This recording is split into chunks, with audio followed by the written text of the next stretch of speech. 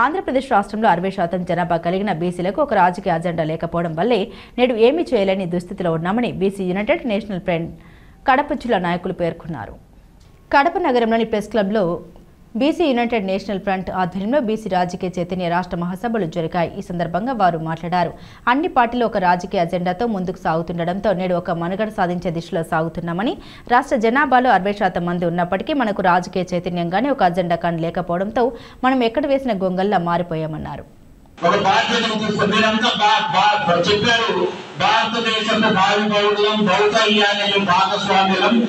అందరికీ నమస్కారాలు. ఈరోజు కడప ప్రెస్ క్లబ్లో ఏర్పాటు చేసిన బీసీ నేషనల్ యునైటెడ్ ఫ్రంట్ వారి ఆధ్వర్యంలో కులగణన చేయాలని మాకంతా అని మేమెంతో మాకంతా అనే ఒక కార్యక్రమం చేసి జరుగుతూ ఉంది. ఇది రాష్ట్ర వ్యాప్తంగా కూడా కార్యక్రమాలు జరుగుతాయి. ఒకటే నిదానం, భారతదేశంలో మరి ఎస్సీ ఎస్టీలకు రిజర్వేషన్లు చట్టసభలో రిజర్వేషన్లు ఉన్నాయి. మరి ఉన్నప్పటికీ కూడా ఆ వర్గాలకు మేలు జరగడం లేదు. మరి రిజర్వేషన్ లేని వర్గాలు బీసీలుగా ఉన్నారు. వాళ్ళకి చట్టసభలో ఇప్పటివరకు రిజర్వేషన్ లేదు. ఎన్నో ఏళ్ళుగా ఉద్యమాలు అయితే జరుగుతున్నాయి. ఇప్పుడు చర్మాంకంకి వచ్చేసింది. కాబట్టి ఏ ప్రభుత్వమైనా ఇప్పుడు కొనసాగాలంటే, ముందుకు పోవాలన్నా, మళ్ళీ ప్రభుత్వాలు రావాలని కూడా ఓబీసీలను పట్టించుకోకపోతే కష్టమనే ఒక విద్యార్థి ఈ మహాసభలో కూడా విద్యార్థులు 60% పాల్గొన్నారు.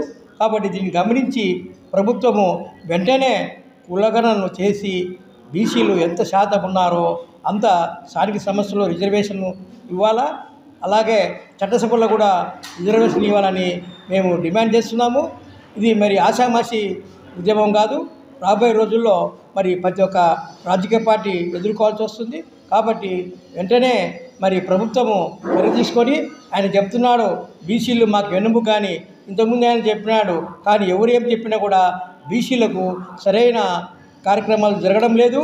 తర్వాత ఇంకో విషయం, బీసీలకు ఉపాధి కోసం ఏర్పాటు చేసిన బీసీ కార్పొరేషన్ ద్వారా అన్ని జిల్లాల్లో 26 జిల్లాల్లో కూడా ఇంటర్వ్యూలు అయిపోయినాయి. బ్యాంక్ వెరిఫికేషన్ కూడా అయిపోయింది అని వెయిట్ చేస్తారు. కానీ ఇంతవరకు రుణాలు మంజూరు చేయడం లేదు. మరి ఈయన పెద్దగా ప్రచారం చేసుకుంటున్నాడు బీసీల ప్రభుత్వం అని.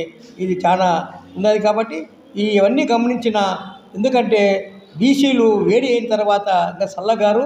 కాబట్టి గమనించి ప్రభుత్వం వారు బీసీలకు అన్ని రంగాలలో మరి అభివృద్ధి కోసము వాళ్ళు వెంటనే ప్రభుత్వం స్పందించాలా.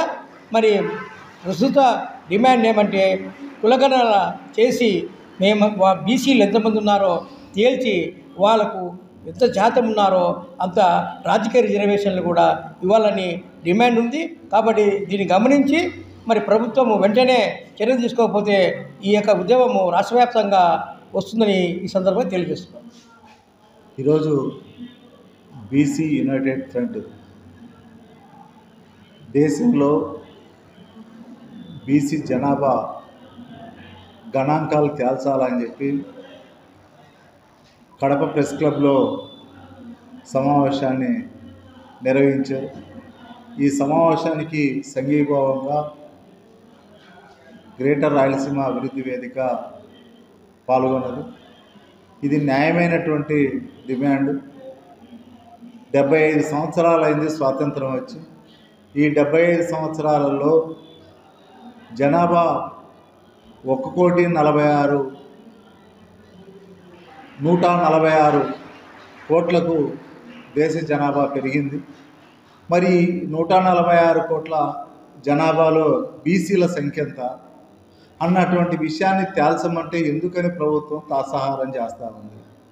ప్రభుత్వం అనుకుంటే ఒక నెల దేశవ్యాప్తంగా పిలిపిచ్చేస్తే మొత్తం అన్ని రాష్ట్రాలలో చకచక చేసేయగలరు. మరి దీన్ని ఎందుకని నిర్లక్ష్యం చేస్తున్నారు అన్నటువంటిది ఇప్పుడు $1000 ప్రశ్న. అంటే దీన్ని తేల్చకుండా ప్రభుత్వం మూసిపెడతా ఉందంటే బీసీలకు ద్రోహం తప్ప ఇంకోటి కాదు. అన్ని రాష్ట్ర ప్రభుత్వాలు ఆంధ్ర రాష్ట్రంలో ఉన్నటువంటి కూటమి ప్రభుత్వం కూడా బీసీ జనాభాను తక్షణం తేల్చాలి, అలాగే బీసీలకు రావాల్సిన నిధులు, ఎస్సీలకు రావాల్సిన నిధులు, ఎస్టీలకు రావాల్సిన నిధులు